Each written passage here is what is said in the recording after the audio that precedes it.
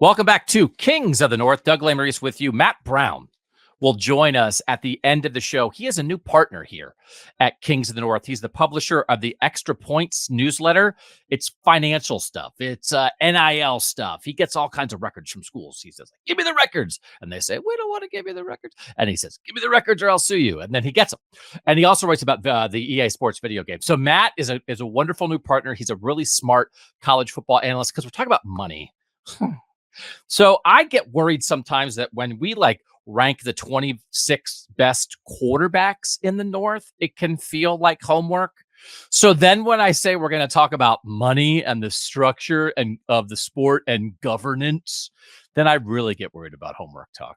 So my goal is to help outline for you, because the politician involved in trying to figure out college sports can collectively cram it. The NCAA can cram it. But then also I think people who do nothing but complain about the NCAA can also cram it. So we're going to tell a lot of people to cram it, but I want you guys to be able to have a water cooler discussion, to have a dinner party discussion about the future of college football specifically and how we might work out how to pay players, how to make the sport make sense, how to have competitive balance, how to take care of other sports, but recognize the fact that football makes the money and the football players put their brains and bodies on the line and they deserve compensation for that. I want to have the funnest. Is it possible? I wrote a lot of stuff down on notebook sheets. Is it possible to have a fun conversation about that? I don't know. But I will say, something happened. There's 3 things that have happened in the past couple days. And everybody's freaking out. It's everybody's this is it. So the NCAA is going after Tennessee for NIL violations, joining Florida and Florida State, who are in the sights of the NCAA for doing NIL stuff wrong. And then everybody's well, everybody does NIL stuff wrong, so there shouldn't be any rules. And it's well, I still think maybe there's a way to try to make sure that you have some boundaries to NIL and you couldn't just do anything you wanted. So I'm not totally against the NCAA going after some of these schools. But a lot of people think the NCAA is Keystone Cops. They shouldn't go after anybody. I disagree with that. The other thing is that the Boston College coach left and people are that's it. College football is dead. If you can't get it done at Chestnut Hill, can you get it done anywhere? So Jeff Hafley, one-time Ohio State defensive coordinator, then the Boston College head coach, just left. It's kind of an odd time to leave. Just left to be the defensive coordinator, not the head coach, the defensive coordinator of the Green Bay Packers. And a lot of people are saying this is the line in the sand because college football is so screwed up right now. It's hard to balance your roster with NIL, with the portal. You wind up doing a lot of money talk instead of football talk, and head coaches are frustrated about that, and they want to go coach football. Pete Thamel, of course, the great newsbreaker at ESPN, friend of the program, he gets all the stuff. He had a quote from a source about Jeff Hafley leaving. Quote, this is at ESPN. He wants to go coach football again in a league that is all about football. College coaching has become fundraising, NIL, and recruiting your own team and transfers. So that's true. I mean, that is true. And I think you could hear a lot of coaches saying that. But it doesn't mean they're not going to be able to get people to do the jobs. It's a more frustrating job. It's not the ideal job. It does need to change. But I don't think Jeff Hafley is the signal that college football. I mean, if you lose the guy who beat SMU in the Fenway Bowl, what are we doing? If you lose that guy, pack it in. Why have the sport? I'm not there. Seems like a fine fella. I talked to Jeff Hafley when he was at Ohio State about wanting to be a head coach someday. So he got to go be a head coach. And then he decided to want to be defensive coordinator in the NFL instead. NFL, very popular. Taylor Swift likes the NFL. So I don't, as with anything, many of my reactions to sports are reacting to how other media react. So is college football and the structure of college football messed up right now? Yes. Does it need, quote, fixing? Yes. Does it need better leadership? Of course. Is Congress going to solve it? Never. Not a chance. The bunch of blowhards in Congress just want to hear themselves talk and say, back in my day. But is Jeff Hafley the sign that it's over? No. I have 6 categories. Don't our graphics look good? Man, come watch on YouTube. We love you listening on the podcast, but we'd love to have you on YouTube. We look fancy. I have 6 categories. And I want to talk about, like, again, if Charlie Baker, the NCAA president, wants to like create a task force, which is what I actually think he should do, how exciting would it be? This sounds like homework again. Oh, did you hear? It's so exciting. What is it? Oh, it's so exciting. What? The NCAA created a task force. Wow. If the NCAA said we are getting 100 people who care about college football, we are getting current athletic directors, current university presidents, current college commissioners, current head coaches, current recruiting administrators, former players, current players, TV executives, hey, a couple podcast hosts, a couple YouTube show hosts. I go. We're getting 100 of them. And we're going to sit in not just one big conference room, but little conference rooms. And then you have lunch, and then you have a big conference room. And we're going to sit in Indianapolis for 2 weeks, and we're going to come up with the new structure of college football. How excited would you be by that? I think you could do it if you dedicated yourself to it. It's what I would do. You get people together in person who look at the sport, care about the sport the same way, which is you want the best it can be. Get some fans in there. Come at it from different angles and solve this. So I maybe am petitioning to be like the YouTube representative on my imaginary task force, because I kind of want to be, I want to be on a jury at some point in my life. And I think I want to be on a task force. And I don't know that they would ever put me on a task force that would be any more important than this. Because like they wouldn't put me on a task force to like solve an actual societal problem in America. That would be a bad idea. But a jury, have you been on a jury? I'm just so fascinated by it. 6 categories. Here are the categories I would take. I would take these 6 sheets of paper with me to Indianapolis. And the first thing, because we have to define parameters, because I do think everybody is wrong. Is that a fair? Can we make that a slogan for our show? Everybody is wrong. The people in the North are less wrong than the people in the South. But I think there are contradictory opinions. And the bottom line is this. We were at a place, sounds like homework. It still sounds like homework. We got to make it more fun, Doug. Hey, we were at a place in college football and college sports where there was no freedom and no compensation. Now they got a scholarship. We understand that. But we're past the like, hey, they got a free school. That should be enough. So you were beholden to your scholarship. You couldn't transfer without sitting out a year. Coaches could leave with whatever they wanted. People always complained about that. And you weren't compensated for it.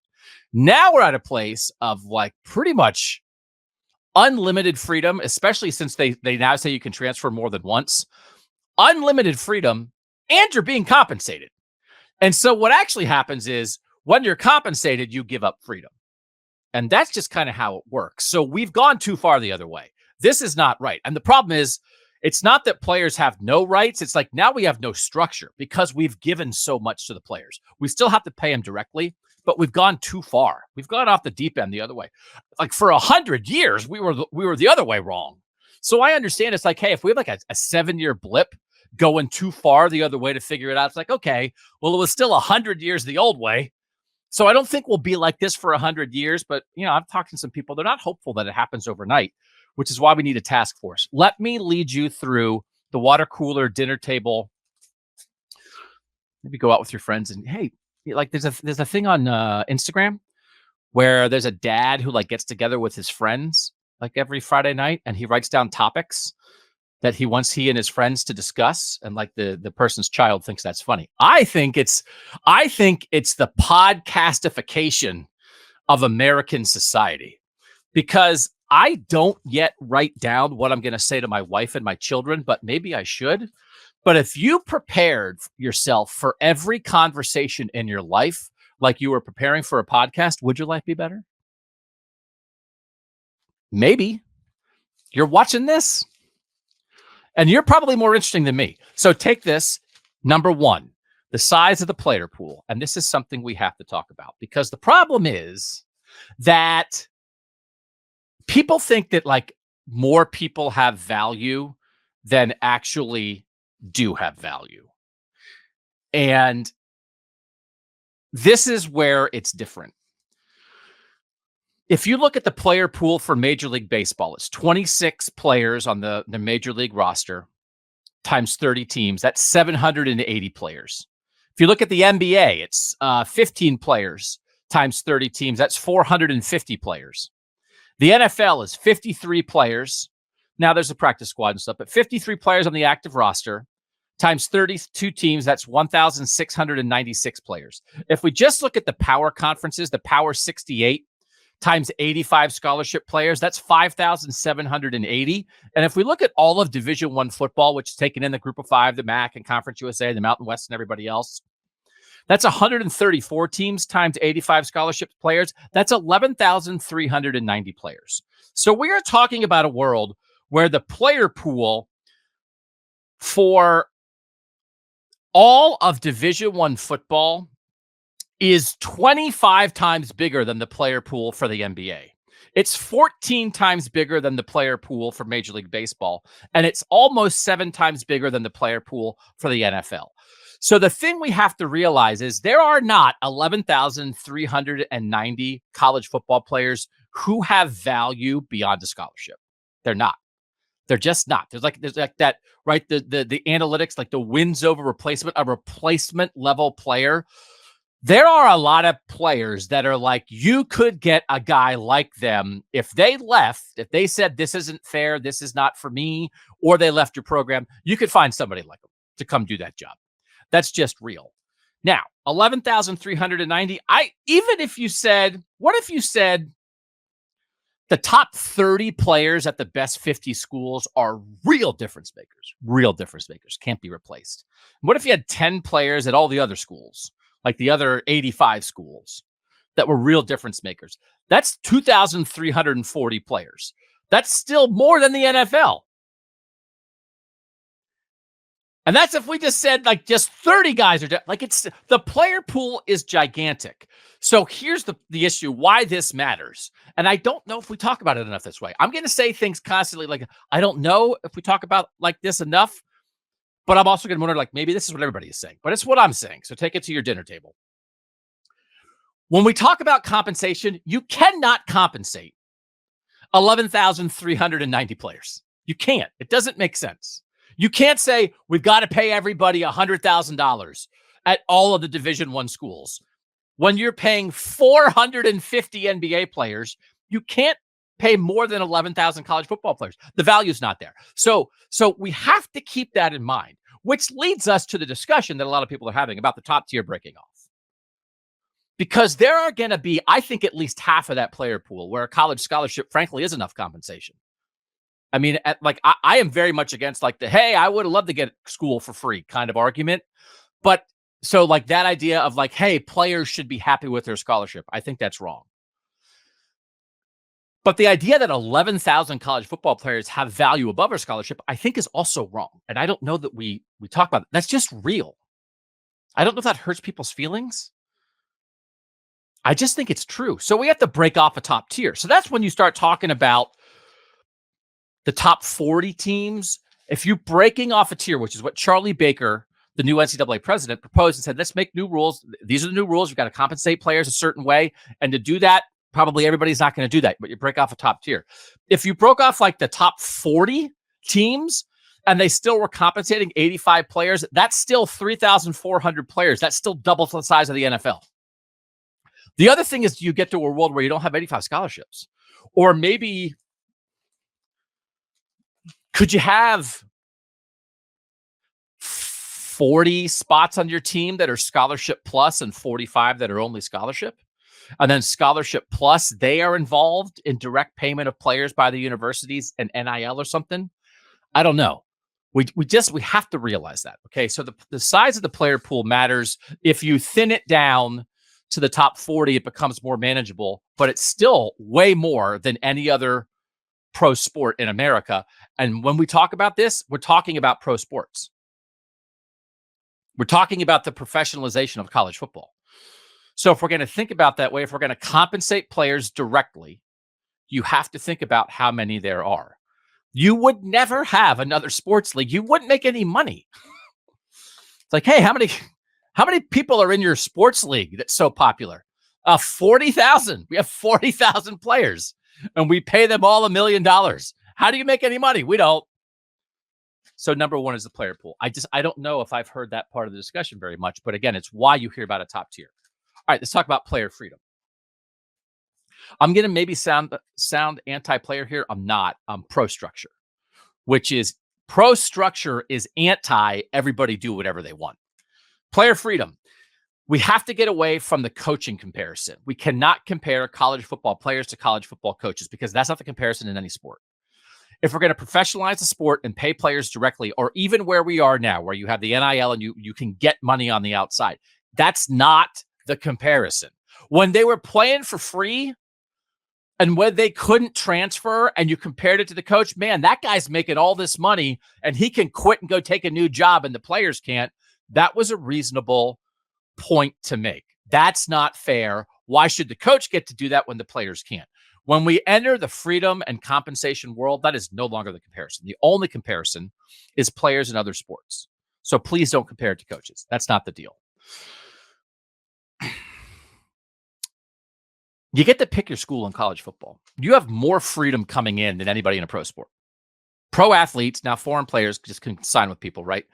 But in America, American athletes go through a draft. CJ Stroud did not pick the Houston Texans in recruiting. He did pick Ohio State. So when we talk about players not having freedom in college, they already have more than any other pro athlete. So I think like we have to keep that in mind. Maybe it doesn't work out at the school initially, but they picked the school. I'm not saying like tough noogies, but you have to acknowledge that it was a choice involved, which is not the case with any other athlete. So let's keep that in mind. Then the other thing is you earn your free agency in pro sports. Nobody is a free agent right away. You get in, you sign a contract for multiple years, you are compensated, and then you have to wait to leave. That's just the way it works. So it is not realistic to expect college players, when they are compensated, to have constant freedom. That's not how it works. So there were attorneys general, and that's the plural of that. There were attorneys general at 7 states, I think led by Ohio. Other states signed on, red and blue states, to fight for players to be able to transfer without sitting out multiple times. And they got that passed in December. So like the attorney general of Ohio, when he was talking about that, put forth the idea that you are like, you're limiting the freedom of players if you don't allow them to do that, right? Your fundamental, what was the word? The fundamental rights of college athletes. So the belief that it is a college athlete's fundamental right to go play wherever they want, whenever they want to change is wrong. Because just like you can't, when they are compensated, and they're starting to be compensated now, they're not coaches. They're also not regular students. Okay. So like, yes, regular students can transfer that wherever they want with no penalty. But if you are being compensated, that's the exchange for why you can't go wherever you want. And the other part of this is, so like you earn the free agency. The hard part of this is college athletes, it's a limited window. In pro sports, there's no limit to the window. You think you can play for 5, 8, 10, 15, 12, 20, 30 years if you're LeBron or Tom Brady. You're immediately limited here. So to say like, well, you have to earn your free agency, it's like, well, I'm only going to be here a couple of years. But I mean, if you got into a world where you couldn't transfer until your 3rd year, you couldn't transfer until your 4th year, I'll get to some more specifics later. You chose the school. And now they're investing in you and paying you. Maybe you don't get to leave right away whenever you want to. I think there's something to that. The other thing is like we talk about 4-year scholarships, which was a big thing a couple of years ago. Should scholarships be for 4 years? It shouldn't be for 1 year and they can yank your scholarship. And then a lot of conferences said, hey, we are going to go to 4-year scholarships. The idea that a player would get a 4-year scholarship, and I don't want to say demand, but it's like, hey, if I'm going to come into your school, I don't want to be hung out to dry. I want a 4-year scholarship. But then also you can leave whenever you want. The player has the freedom to leave, but the school has to abide by a 4-year scholarship. What if a player's not very good? Now, players do get runoff. Players do get runoff. We're not going to pretend that doesn't happen. And it's unfortunate. And there are players who want to stay at a school who basically get told to leave. But the idea, like by the book, The player gets 4 years, but then the player can leave whenever they want. I don't know that that's the end of it. So like when we talk about player freedom, let's be aware of the idea that there already is more freedom in this current college sports situation than there is in a lot of comparable sports situations. All right, let's talk about competitive balance, because this is why it matters. This is why it's not like students. You're trying to build teams and you're trying to play games. It's not regular life. It's competitive balance, play against each other. Everybody have a good time. Sports matter, but it's not like playing the violin. So you give something up. Schools build rosters. Schools invest in players. Schools have plans. You have a backup who's building up to a starter. And right now, it's a year-to-year sport. And that's very difficult. So because there's an end game beyond the personal wants and needs of a single player. There is an end game beyond that, because the end game is an environment that encourages people to care about it. And so we've seen the player empowerment era in the NBA with a lot of free agency and that kind of stuff. By the way, they're not rookies, right? It's like their second contracts they move. They LeBron James or Kevin Durant, they earn the right. James Harden, you sort of earn the right to determine where you want to go. In the beginning, you're kind of stuck where you are. So again, look, we have to find a balance of that. But the idea, personal freedom is not the only thing that matters. Competitive balance matters too. Now, this goes into like some salary cap stuff. And the idea that I think with balancing NIL and the available NIL pool at a university, and you almost have to manage that like a salary cap now. So do you want college football to be a salary cap sport like the NBA or the NFL, where you encourage parity and there's a limit to what you can spend? Or do you want it to be a sport like Major League Baseball, where the big markets, the big teams make more money and can spend more money? So do you want, now some people would say, well, Alabama or Ohio State, they're already the Yankees and the Dodgers. So what are we doing? Well, do you want to lean into that? Or do you want to encourage something where it's like, hey, we're going to create a payment structure, a direct payment of players, even with NIL, but we're going to say there's a limit to it. You can't exceed a certain amount of money that you're giving out. Why do you do something like that? For competitive balance. So it's a goal of the sport. So like the fundamental rights of college athletes, I do think there is a fundamental right of the sport. And I guess of the sport really is for the fans. There's a fundamental right of the fan that is also investing, because if there were no fans, we're going to talk about money specifically with some budgets later. If there were no fans, you wouldn't have the money coming in that makes it possible to pay the players. So you can't pretend they don't matter. So we got to compensate the players, but then we have to care about competitive balance, which is when you are at ultimate freedom, no limits. Why can a student go be in a rock band and make as much money and have no limits? It's just not the same. There's not a rock band league. If there was a rock band league, they'd probably have a salary cap. All right, number 4. You have to move NIL inside the athletic department. So we're going to get to that, I think. This is where you start getting into the specifics of like how you start spending the money. But you could have a salary cap if NIL is inside the athletic department, because I think there's like 2 things that could happen here. And this is getting a little I'm going to try to keep it light. So there's 2 ways that you could bring in money to pay players. So if you put name, image, and likeness inside the athletic department, you then have 2 pools. One pool is what the athletic department, the team, the university brings in from the direct result of a team. So, for example, Ohio State last year, there are only 2 teams that made money. The football team made $55 million. That was what they grossed. It was $127 million of income, and it was $72 million of expenses. So $55 million is what it wound up with. So you would have that $55 million. And then you could also have NIL, where donors and businesses and those kind of things could give money to the athletic department or give money to individual players that they specify to make deals with them, but it's run through the athletic department. And then that way it's structured, it's known what the money is. And I think there would be a way where maybe the amount of donations that you would get, the amount of business deals that players strike, there's no limit to that. But in terms of the money that you spend on football otherwise from that you directly get from ticket sales and TV rights and stuff like that, that's something that's collectively bargained, and you give a certain percentage of that to the football players. So the more money you make from ticket sales and TV contracts, the more money you would have to spend, but you would collectively bargain that, right? So I do think there's a way to do this, but it has to get inside, because right now you can't trust the collectives. There's no reason to trust them. You kind of know who's running it, but there's not. The collectives can go back on their deals. Like, they sign contracts with the players, but like to have to outsource this third party thing is ridiculous. So if you bring it inside, two things happen. One is you cut out the middleman of the people running the collectives, which everybody involved in college sports wants to do.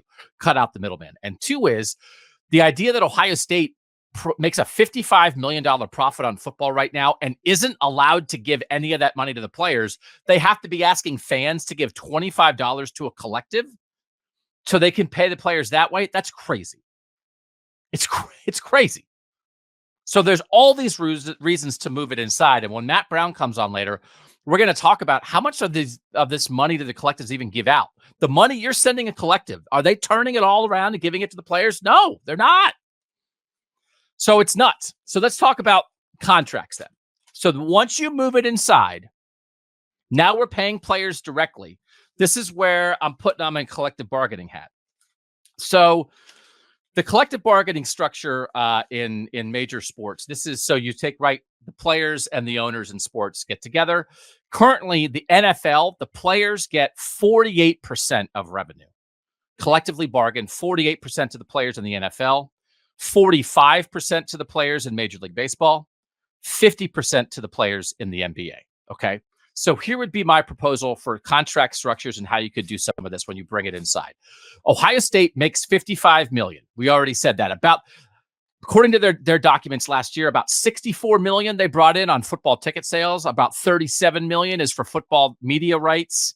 Other stuff gets you up to the $127 million. Then you have the $72 million in expenses. So that $55 million, if you collectively bargain that, what you collectively bargain is football profit. And you can do it with any sport that makes money. At most schools, that's two sports, football and men's basketball. So you divide it up by sport. We're going to say 40% to start to the players. We'll give $25 million of Ohio State's $55 million football profit to the players. That money you could give out equally if you wanted to. If you did that, $25 million to 85 scholarship players is $294,000 a player. So that's what the school could pay the players. Now, everything else you bring in NIL, that's donor contributions and any outside business dealings, those could be done with specific players. So now it's not the third string center makes the same as the starting quarterback. Their base salary, they would. Now the NIL, which is inside the athletic department, that's where you differentiate. You could also do some things where you could go by snap counts. You could, some of this $25 million, you could pay, all right, we're going to pay everybody $150,000. And then the rest is based on how much you play. Do you make all conference? Do you make all American, right? You could have an incentive structure, but you're directly paying players this way. And then, so if you collectively bargain it, the $55 million that football makes, if the players are getting $25 million of that, the other $29 million, the university, the athletic department keeps to pay for all the other sports. So now football and men's basketball support the other 34 sports at Ohio State. You are going from a place where before the university had $55 million in football money to support those other sports to a place where they have $29 million in football money. So you have to make decisions. And I don't know what the pushback would be against that. This is a way to pay football players and still have money left for other athletes. It's a compromise. Because in pro sports, the owners keep the money. It's their profit. Hey, we split, we get the owners in the NFL get 52%. That's 52% in their pocket. So here, the athletic department doesn't want to pocket it. They want to support swimming and fencing and every other sport. So I think you could do that, but there's gonna be cuts one way or another, whether you get rid of some sports, whether you lessen some things. But I think you have to differentiate between, and so like the idea that Charlie Baker, the NCAA president, said, if you want to be in the top tier, you're going to have to pay half of your athletes at least $30,000 a year. So at Ohio State, which is really ticking up towards not just 1,000 athletes, but 1,100 athletes, If Ohio State has to pay 550 athletes $30,000 a year to be fair and to abide by Title IX, they're going to be paying a lot of athletes who do not have a value of $30,000. So I do think as you professionalize football, if you break off football, professionalize football, I do think there should be a way where that's not under Title IX auspices. So the money, so Title IX is educational opportunity, has to be equal men and women. Absolutely the fair, right thing to do. Football's a problem. There's not an equivalent sport. It's the most dangerous sport. It's the most profitable sport, and it's only played by men. Okay, so like that's just the way it is. We have to acknowledge that. I think you can be Title IX equitable with the $29 million that's outside of what you gave to the football players that you collectively bargained, right? That you 100% should be, no doubt about it, just like now. But to try to pretend that you're going to count the football money when you're paying the football players and try to be Title IX compliant with that is not realistic. It's not realistic long term. It's impossible. You're not going to have any other men's sports. And I don't think that's not playing football at this level is not an educational opportunity. It's not. It's a pro sport. So if we acknowledge that and we have to be realistic about it, I think there's a way to pay people and keep a lot of what we have, keep the best of what we have, collectively bargain it and do that. And you have contracts. Now, if you want to have contracts where you come in, maybe you sign a 2-year contract, maybe you sign a 3-year contract, maybe as a recruit, you're deciding this school's offering me 4 years, this school's offering me 2 years. Maybe there is a chance for movement in there, but maybe the more you're paid, the more freedom you give up. And I do think there could be a way where if we somehow have tiers of here are compensated college football players and here are scholarship-only college football players, maybe the scholarship-only football players have ultimate freedom. You can go wherever you want, whenever you want. But if you're being paid above that, now your freedom's somewhat limited by your contract. Is that interesting? Maybe. Last thing is this. Donors as owners. It rhymes, which is a plus right off the start. If you got to a point where the NIL was inside, and so if there's a business that wants to cut a deal, if Express wants to cut a deal with Marvin Harrison Jr., that goes through Ohio State, the money goes straight to Marvin Harrison Jr., all of that is fine. If you have donors who want to pay athletes, you go through the university. The more you can raise, so the NIL part of it is Yankees and Royals. It's Major League Baseball. It's big market, small market. The TV ticket revenue, the TV money mostly, ticket revenue, like that kind of thing is still big market, small market. But some of the TV revenue, as long as you have a conference contract, right, you can divide that up more equally. So that means that Purdue and Northwestern can be equal to Ohio State. It doesn't mean Akron and Kent State are going to be because the MAC football contract is nowhere near the Big Ten contract. But the donors become owners. And maybe there is a more direct way, as you acknowledge that it's less an educational opportunity and more professional opportunity. NFL owners, NBA owners,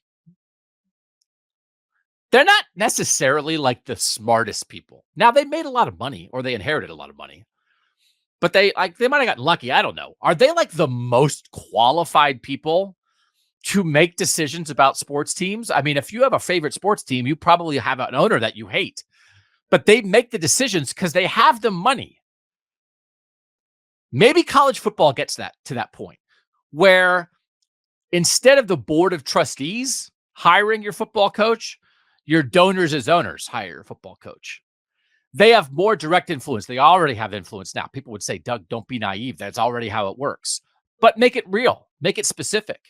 Make those decisions when you have a board of trustees at a university that's in charge of running an entire university. Take the football oversight out of there and put it under a different board where you buy a seat.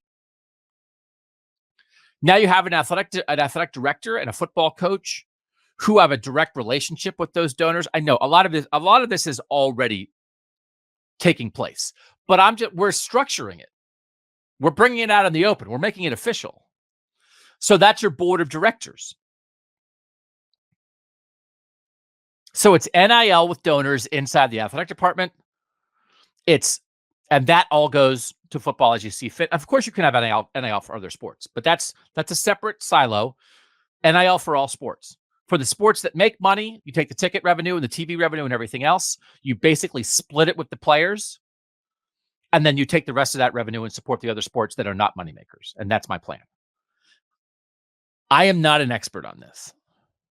I'm a man with a notebook. And actually, my notebook fell apart. Maybe the little wiring didn't work. Like all my sheets, I thought I have a nice spiral notebook to keep my sheets together. Instead, they're all loose. So that's how Charlie Baker, if we were in Indianapolis, would be like, get that guy out of here. I did do the mock college football playoff committee thing, though, a couple years ago. You guys know that. With Joel Klatt and Yogi Roth and a couple other people. I shouted a lot there. So I would shout in this meeting. I think there's a way to do it. It can't stay the way it is. There's not a lot of hope that it's going to change quickly. It can change quickly if the NCAA decided to take some leadership. Get the politicians out of it. Because I swear, the politicians on one hand want to go back to the good old days where players didn't get anything, but they also want players to be able to transfer as much as they want. It's like that's exactly opposite ends of the spectrum, man. Of course, the answer is somewhere in between, but politicians aren't in between. They're on opposite ends. So, like, they're terrible. I would, if you know a politician in the North who has an opinion on college sports and how it should work, invite him on. Tell him to come on this show, and we can talk it out. Because I'm going to start with this premise: they're wrong. It's bad right now. Jeff Hafley's not the line in the sand, but it's an example. They'll find good people who want to coach college football. Still a pretty good gig. So that's not why I'm panicking, but it's just not, it's not sensible. And I don't think it's good for anybody. So because every time a player exercises his or her ultimate freedom and goes someplace new, they're bumping aside somebody else who maybe has been putting in time there, who now decides to exercise their ultimate freedom, and they leave and they bump somebody else aside. And it's like, I think a lot is happening now because somebody else is doing it, but ultimately, is it the right thing? So you have to be able to build a team. Sports build teams. And this sport has to be able to build teams in the name of competitive balance. And you have to understand that that is a necessary and worthy goal. It is a worthy goal. It's what we all signed up for with this. And we also just have to be realistic about the fact that there's not 11,000 college football players who need to be paid for their talents. It's just, there's a lot of people. I appreciate everybody's talent. Doesn't mean I'm going to pay for it. So that's just the way it is. Okay. KOTNCFB on Twitter is the best place for now to reach us and share your thoughts. Down the line, hopefully sooner than later, we'll have a more robust way for you guys to reach out to us. But if you want to go to KOTNCFB and share any thoughts you have about any of this, I'm not an economist. If you are an economist and you want to tell me where I'm wrong, I'm absolutely here for it. I know there are difficult things we've got to work out, but I'd love to hear where people are on this. And then you can take it out to your dinner parties. When we come back, Matt Brown of Extra Points, now part of our team. We collectively bargained him and we brought him in. He's going to come in and talk about like what is really up with some collectives because he got the secret documents. We'll do that next on Kings of the North. Back on Kings of the North with a first-time special guest who's pretty soon won't be so special. Matt will just be regular because you're going to be a regular guest. We're going to bring in here on Kings of the North. He's Matt Brown.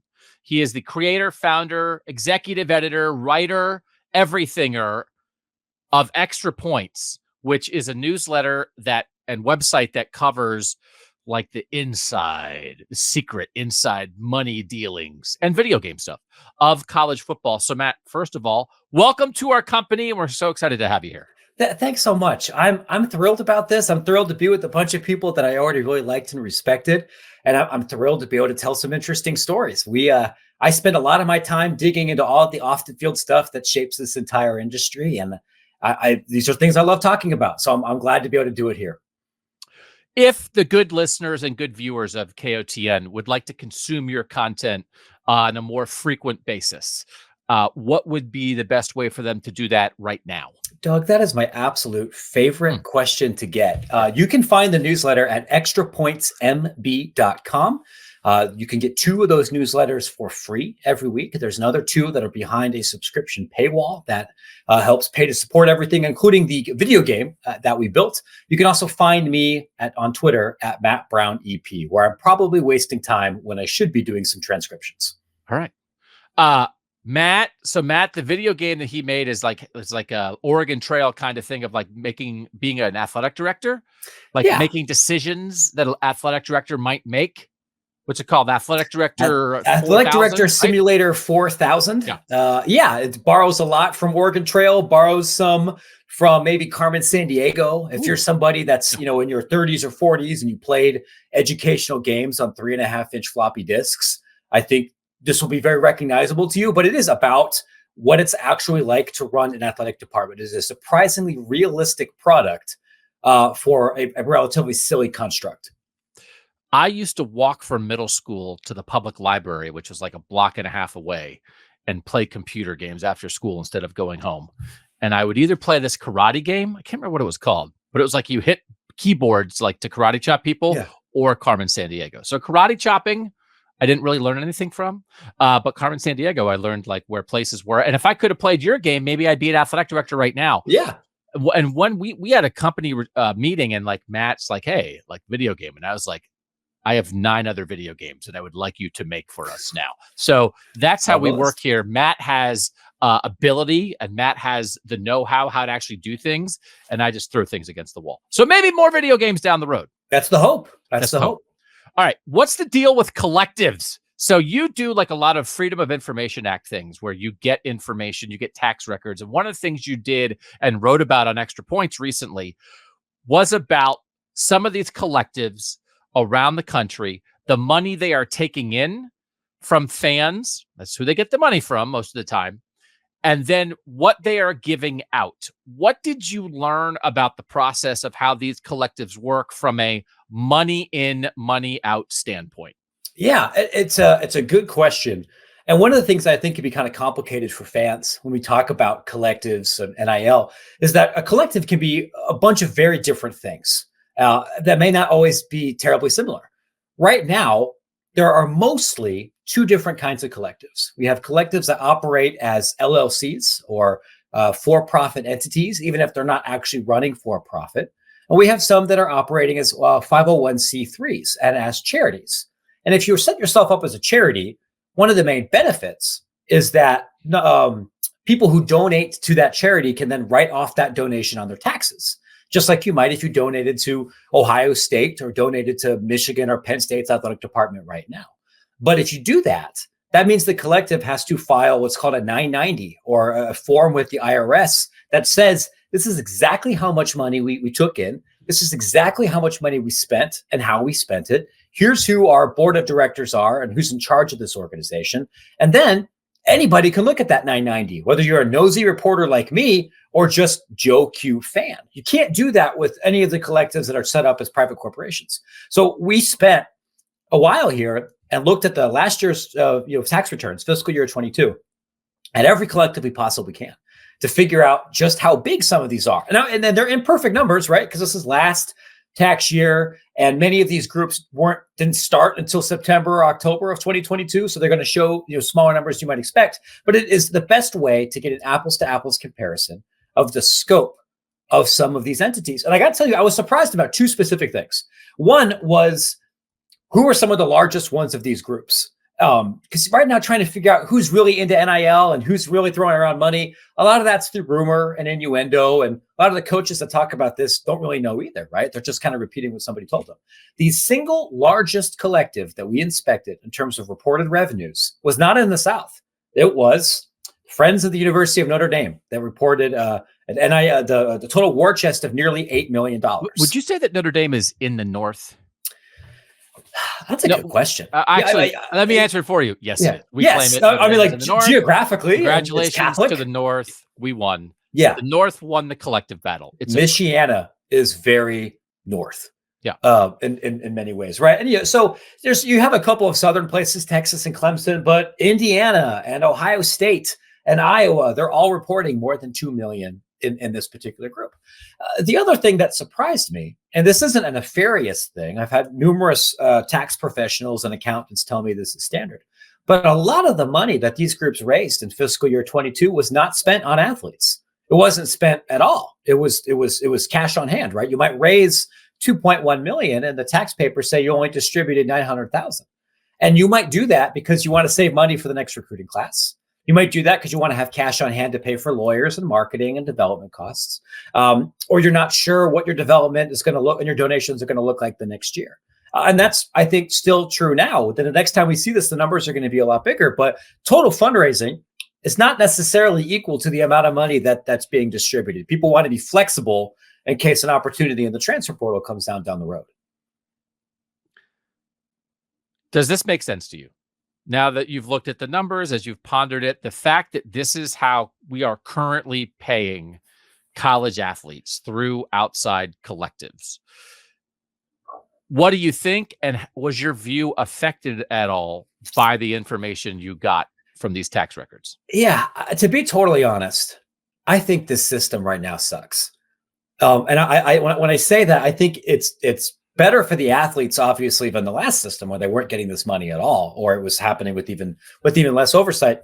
But I don't think this is good decision making or good governance on a couple of different levels. I have a concern that the expectation is that for fans to pay for this is unfair. If you're spending $60 for one ticket and $40 to park and $4 for a bottle of water, and maybe you had to donate $500 or $1,000 to get a personal seat license, maybe you owe your northern school 20 grand still in student loans, to then have all of that happen and have an AD that's making $1.5 million or a head coach who's making $7 million say, give us money or we're going to be too poor to compete. That doesn't sit well with me. That feels like a tax on people that are already paying too much to begin with. But even if you look at this and say, rather than fans being responsible, it's really 8 or 12 rich guys. And mostly that's what's happening here. Most of the groups that we inspected here, the majority of the money is coming from 5 or 6 people. The concern there is that now you have a shadow general manager who doesn't know anything about college football, who doesn't know anything about college athletics. He's just really good at selling Toyotas. He's just really good at selling pressurized lumber or really good at building houses. And there's a reason that we have athletic directors and that we have coaches, because we trust people with that expertise and that accountability to make decisions rather than just a rich guy. And if we want to kind of frame this, the places that historically have been really bad at donor relations and donor power have been in the South. It's not an accident, I think, that Tennessee, outside of 1 or 2 good years, has mostly underachieved for the last 15. Because they have not been able to, they've been delegating the decision-making power and the roster power and the influence power to donors, to boosters, rather than through the university.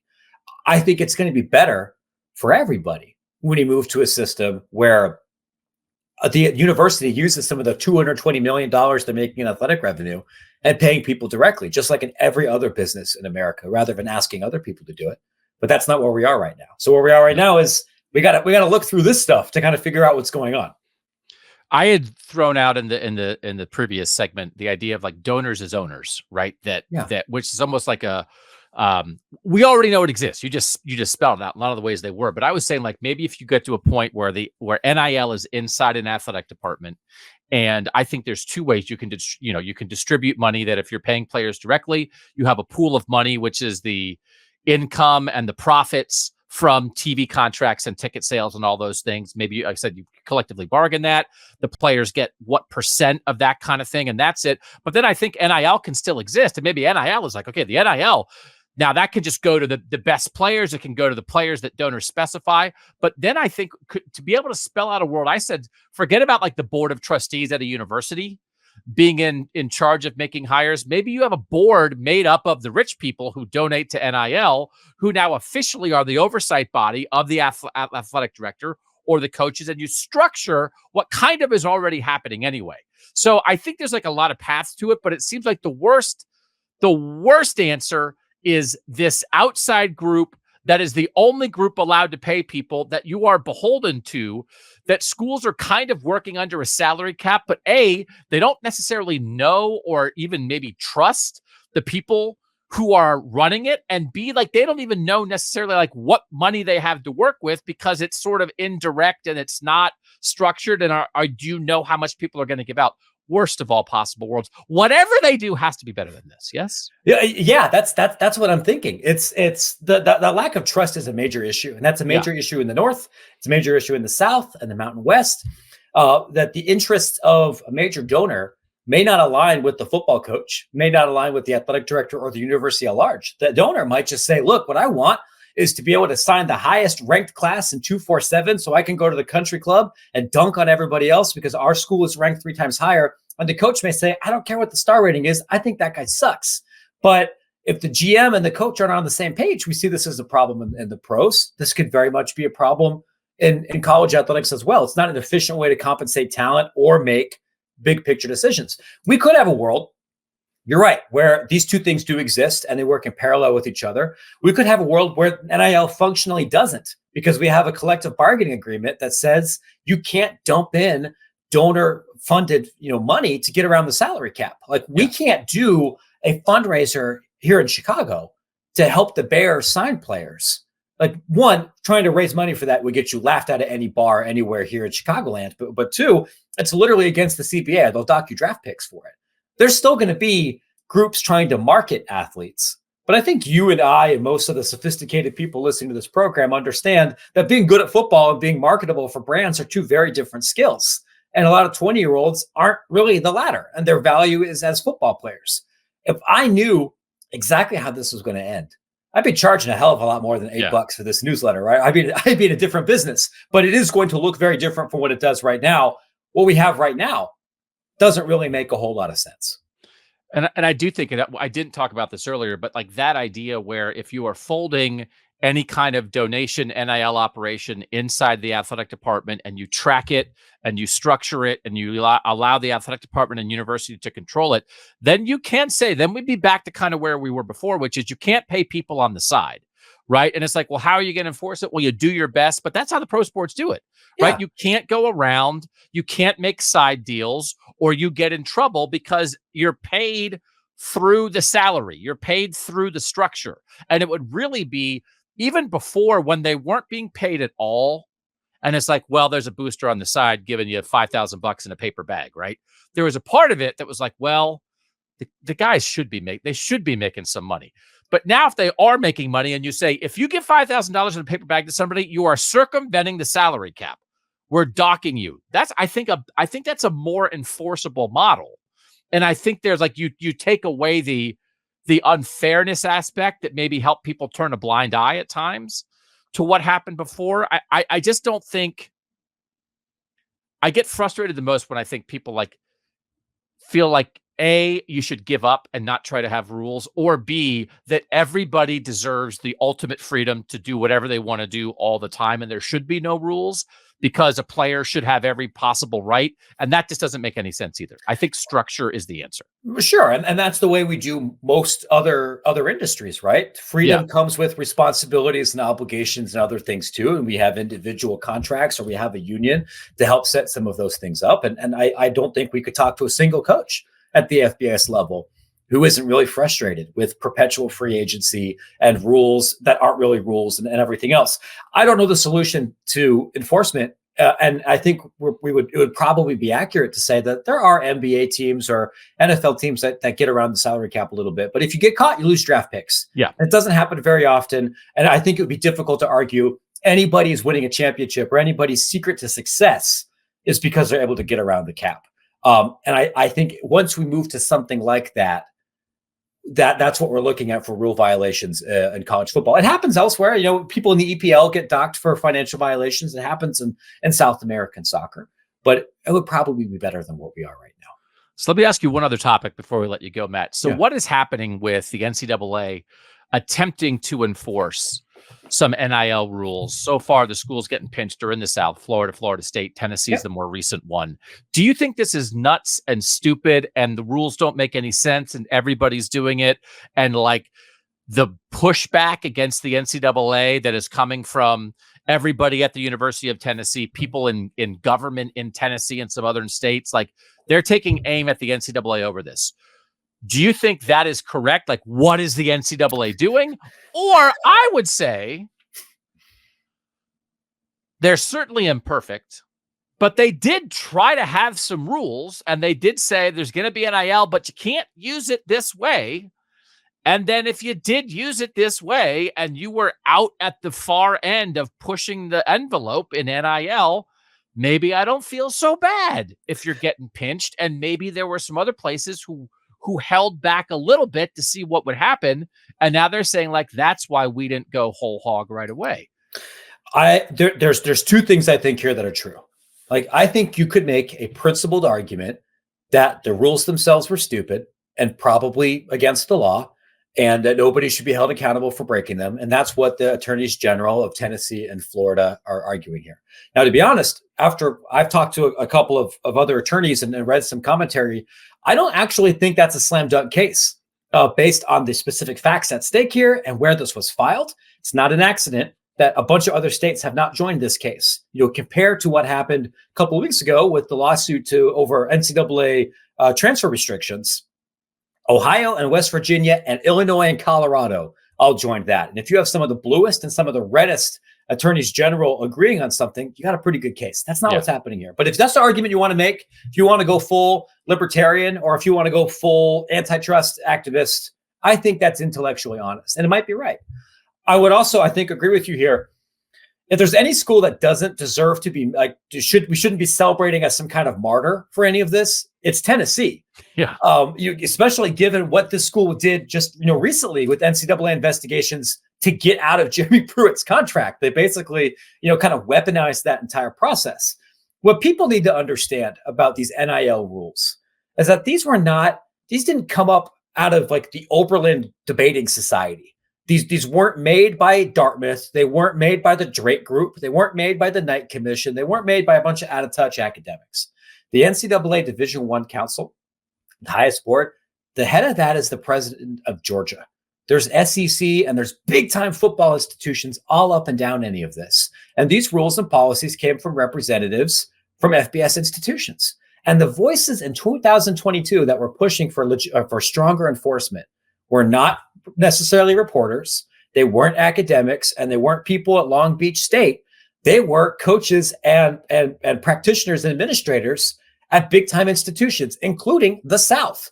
Coaches were mad that nobody was investigating anything. And part of that was because this particular case with Nico at Tennessee had the world's dumbest lawyer who was giving numerous interviews to The Athletic and elsewhere, basically putting up a billboard saying, I am doing crimes. And come get me, NCAA. The through line through what's happening right now is not the NCAA wants to go after the South. It's the NCAA has pointed out 2 or 3 very stupid agents and very stupid lawyers that are connected to all of these cases, and they're going after them.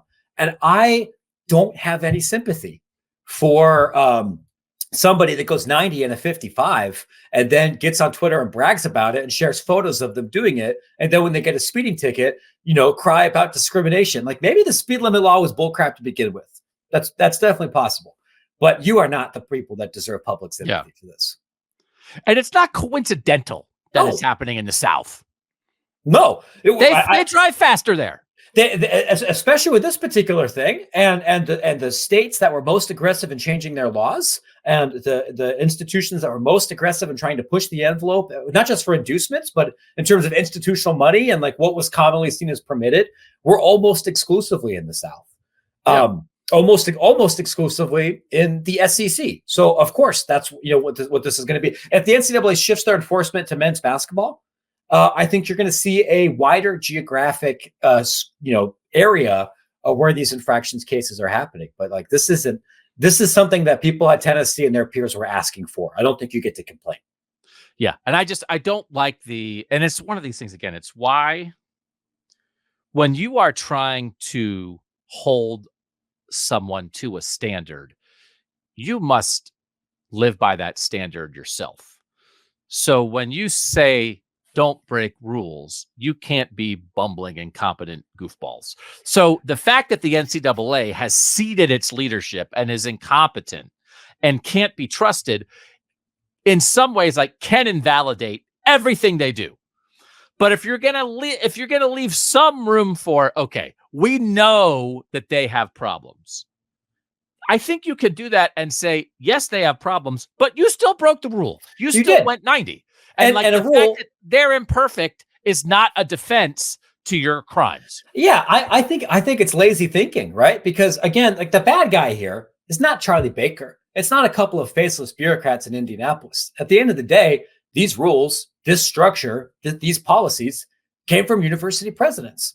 And yeah, I can get on Twitter and I can get on my newsletter here and I could beat this dead horse about how the NCAA sucks and it's going to disappear. Like if we want to go after the NCAA, that's not shooting fish in a barrel, man. That's shooting fish in Vaseline. Like that's playing on easy mode. But you get rid of the NCAA, you change all these things here. The people that made the rules in the first place are still the same people. Yeah. Like we could change the logo and the title on the business card. That doesn't change the problem. So I think just going NCAA sucks, go Tennessee. I feel like that's letting a lot of people off the hook. Okay. Matt, thank you for taking time to join us here on Kings of the North. We are going to have you back whenever we want to talk about these complicated things and not have to do the work ourselves. We'll have you do the smart stuff, and then I'll just shout. So, but again, a service I'm happy to provide. Give the people one more time if they're listening to something like this and thinking like, "Hey, I didn't know if I cared about this part of college sports, but now I think I actually do." Where can they get your info? That would warm my frozen heart, right? You can find me on Twitter at Matt Brown EP, and you can find the newsletter at www.extrapointsmb.com. All right, go find Matt's work. Make sure you're subscribed to Kings of the North here on YouTube, here on the podcast channel, wherever you listen to podcasts. We are grateful for anybody who makes KOTN part of their week. Thanks to Mike Urostowski, our producer, who makes us look good and sound good. For Matt Brown, I'm Doug Lesmerises, and that was Kings of the North.